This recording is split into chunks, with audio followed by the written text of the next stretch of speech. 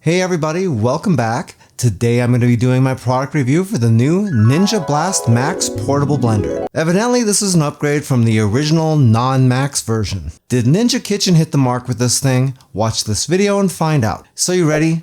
Let's get into this.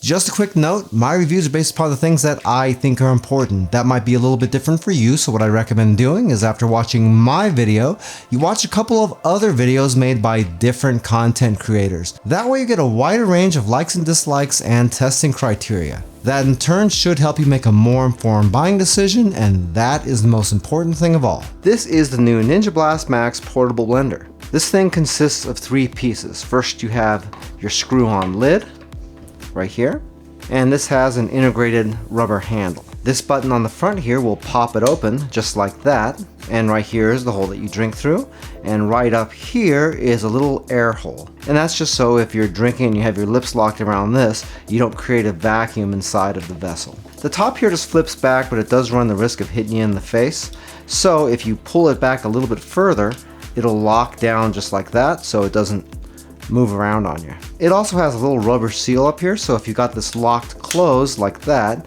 and you're carrying it around, you don't have to worry about stuff leaking out of here into your bag or wherever you happen to be carrying it with if you have your blender full of protein shake. The other two parts are the actual cup and the blender base that has all the controls and the battery in it. With the previous version of the Blast, this was all one piece and it had the blades built right onto the top. You can see right here that the blades aren't built onto this. It just has a rubber gear up here that interfaces with the bottom of the vessel, so that way they can spin. They use the same design on their full-size blenders, and those actually work really good. I've never had a problem with any of those wearing down before. And since I'm showing you this, it obviously means that the blades here are permanently inside the container. This is a little bit of a departure from the original Ninja Blast. Those blades in there are really sharp too. Not to mention that the blade design is a lot more similar to a full-size blender than it is to a portable blender. In the previous design of the Ninja Blast and also the BlendJet 2s, the blades were all built in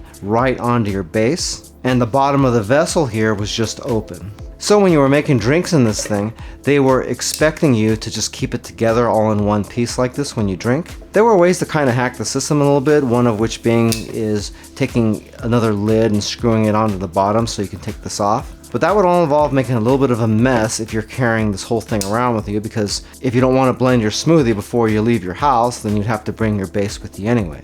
This has sort of done away with that problem, and to me, it's an improvement. So once you've blended it, you can actually take this back off, leave it inside your bag somewhere, and then just sort of carry your smoothie around like this. The only other part you get in the box is your charging cable, and Ninja's finally made the decision to give you an actual full charging cable with your blender instead of giving you one of those stupid USB connected ones. I complained about those in the past because I didn't feel like it was a good idea to throw something like that in, and then if you didn't have any type of USB charging capability in your kitchen or around in your house, you'd have to go buy a little block for that. I thought that was cheesy, and forcing people to do that was a little bit underhanded. So at least in my opinion, it's a big step in the right direction for them to go back to offering these things again. If you have a completely dead battery on this and you need to plug it in and charge it, you're looking at about 3 hours of charge time. Also, this blender will operate if you have it plugged in also. That's something I heard people complain a little bit about from previous portable blenders. Don't get too happy though, because this only puts out about a half an amp of power. So if you were to plug this in and the battery was already low and you try to operate it right off the power, it's still not going to work, because this sucks down power much faster than this can put it in. What? So whether or not it's useful to operate it with it plugged in is a little bit debatable, because the amount of power going in is not really going to affect anything at all. It's nice that you don't have to unplug it for that though. For a portable blender, the Ninja Blast Max is a little bit big. The height of it with the lid on is about 12¼ inches tall, and it sits about 3¼ inches wide. It's a little bit wider if you add in this handle, which would be about 5 inches. But really that could be flipped up, but that would make it taller, so just ignore that I said that. That was stupid. As far as weight goes, this thing is about 35.2 ounces. So that's slightly more than 2 pounds. Obviously, it's a lot less if you don't have the base on, but if you're taking this out somewhere to blend, then you're probably having to bring your base along with you. But just in case you wanted to know, the vessel without the base is 13.6 ounces, so less than half the weight. On a full charge, sort of depending upon what you're blending, you can get anywhere between 8 and 15 or so blends. That's really dependent on what you're trying to blend in this. If you're doing really thick stuff, it's going to cut down on that battery life quite a bit. And if you're just blending some leafy vegetables and water or something like that, then you're probably going to get a lot more. I personally do a lot of fruit smoothies, so for me, I'd end up on that lower end. When you turn this on, you have the option for 3 different blend cycles. If you just hit blend, it'll blend for 30 seconds and then turn off. The crush option is for frozen drinks and crushing ice. And the smoothie button is for making smoothies. Both of these options down here use Ninja's Auto IQ, and what that does is the blender will start and stop the blades several times during the blend. It looks like the crush option does it more on a consistent basis, and the smoothie one looks like it varies the time on that a little bit. Either way, those are designed to start it up, turn it off, let everything settle, and then start again. That way you don't have big chunks of stuff in your smoothie. This blender doesn't have a lock feature built into it. If the base isn't actually on this, then you can see these lights will be blinking. That means that none of these buttons are gonna work. See? Can't turn it on. Nope. So if you're bringing your smoothie to the gym with you, I'd recommend transporting it in 2 pieces, not putting it together like this. Otherwise, you do run the risk of turning this on accidentally. The maximum fill on this is about 18 ounces or so, or something like 520 milliliters, something like that. The highest marks on these are 500 milliliter and 16 ounce, but the max fill line is slightly above that, so I'm kind of guesstimating on that tiny bit. Down here at the 6 ounce line is the minimum liquid content line, which means that whatever you do, you have to have at least that much liquid in there, or the thing is going to bind up and it's going to give you a really hard time. Also, all portable blenders use something called stacking order. Basically, that means you put your liquids and stuff in first, and then you start with your softest ingredients at the bottom, and then you work your way up to the hardest ingredients at the top. I didn't follow that stack order in a previous video, and I can't tell you how much love I got because of it.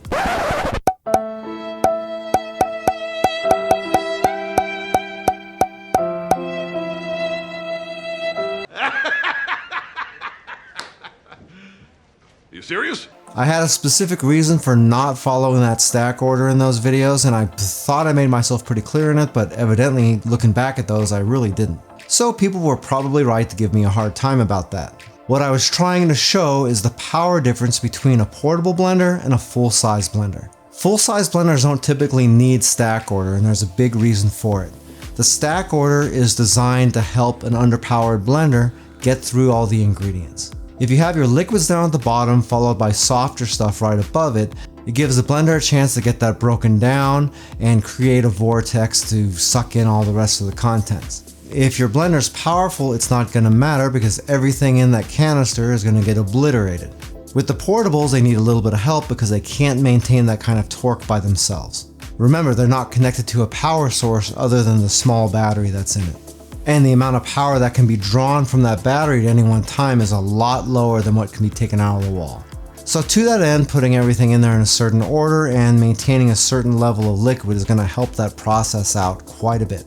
That being said, if your type of smoothie is something really thick with almost a soft serve ice cream type of texture to it, then any portable blender is going to have a serious problem doing that regardless of how powerful it is. Which means for you, those might not be the best idea.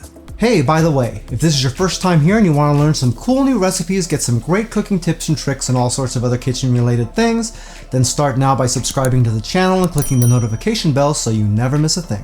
To test the Ninja Blacks Max, I tried 3 different things. The first thing was the ice crushing feature. What that is filling the blender with ice up to the maximum fill line and then testing the crushing power by just blending the ice and trying to turn it into snow. Some people will complain saying that you have to have liquid in there, and it does in fact have a minimum liquid fill line right on the vessel. However, Ninja specifically tells you right on the box that you can use this blender to make straight up snow. It did give me a couple of fits, and with any portable blender you have to be ready to pick the thing up and shake it a little bit and turn it upside down and do all kinds of other little weird things. That's just kind of part of having a portable blender, and they all sort of require you to do that. But at the end of the day, you can see the results right here. I did have one little ball of ice left in there, but when I pulled it out, the entire rest of the contents was snow, exactly the way Ninja advertised, so I'd have to give it a pass on that test. For the second test, I made a fruit smoothie. For this, I just used the regular blend button since I didn't really foresee it being an issue with anything getting bound up. So I threw in a little bit of juice, some protein powder, and some fresh fruit. You can see that I'm not putting my protein powder above the fruit like it says in the directions for the Ninja Blast. Anybody who's ever made a protein shake with whey protein knows that if you put your protein powder up high in your blender like that, away from the blades, that you're going to get half of it sticking to the sides of the vessel, and it's not going to blend properly into your smoothie unless you take a spoon or something like that and scrape it down. If you put it in near the bottom, right down by the blades, then it's going to get blended perfectly every time and you're not going to run into that problem. After everything was in there, I ran a smoothie cycle, and once it finished, you could see the results right here. It was a really effective blend. I didn't have any chunks of anything in here, and I didn't have to shake the blender or do anything weird with it either. For my third test, I did a really similar smoothie to the one I just made with the fresh fruit, except this time all the fruits were frozen. This one should be a lot more challenging than the regular smoothie, so I used the crush button on this.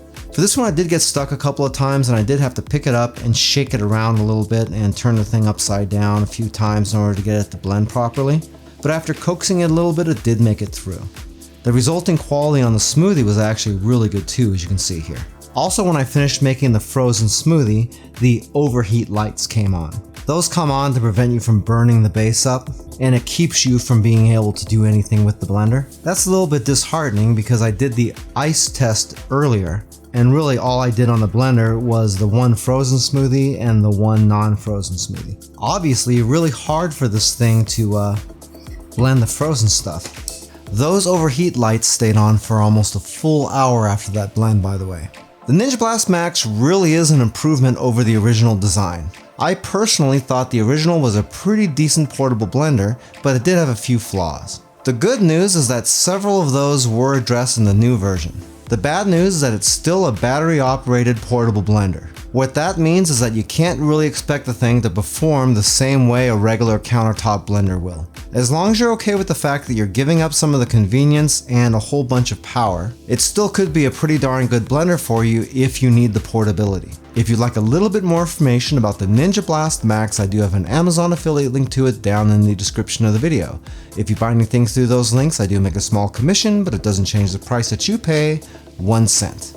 If you like this video, you might like to check out the review that I did right here of the original Ninja Blast portable blender. If you check that video out, then you'll really be able to see the difference between those two blenders. Well, that's it for now. I hope to see you back again here really soon, and until that time, I'm Joe, and I hope you have a phenomenal day. Take it easy.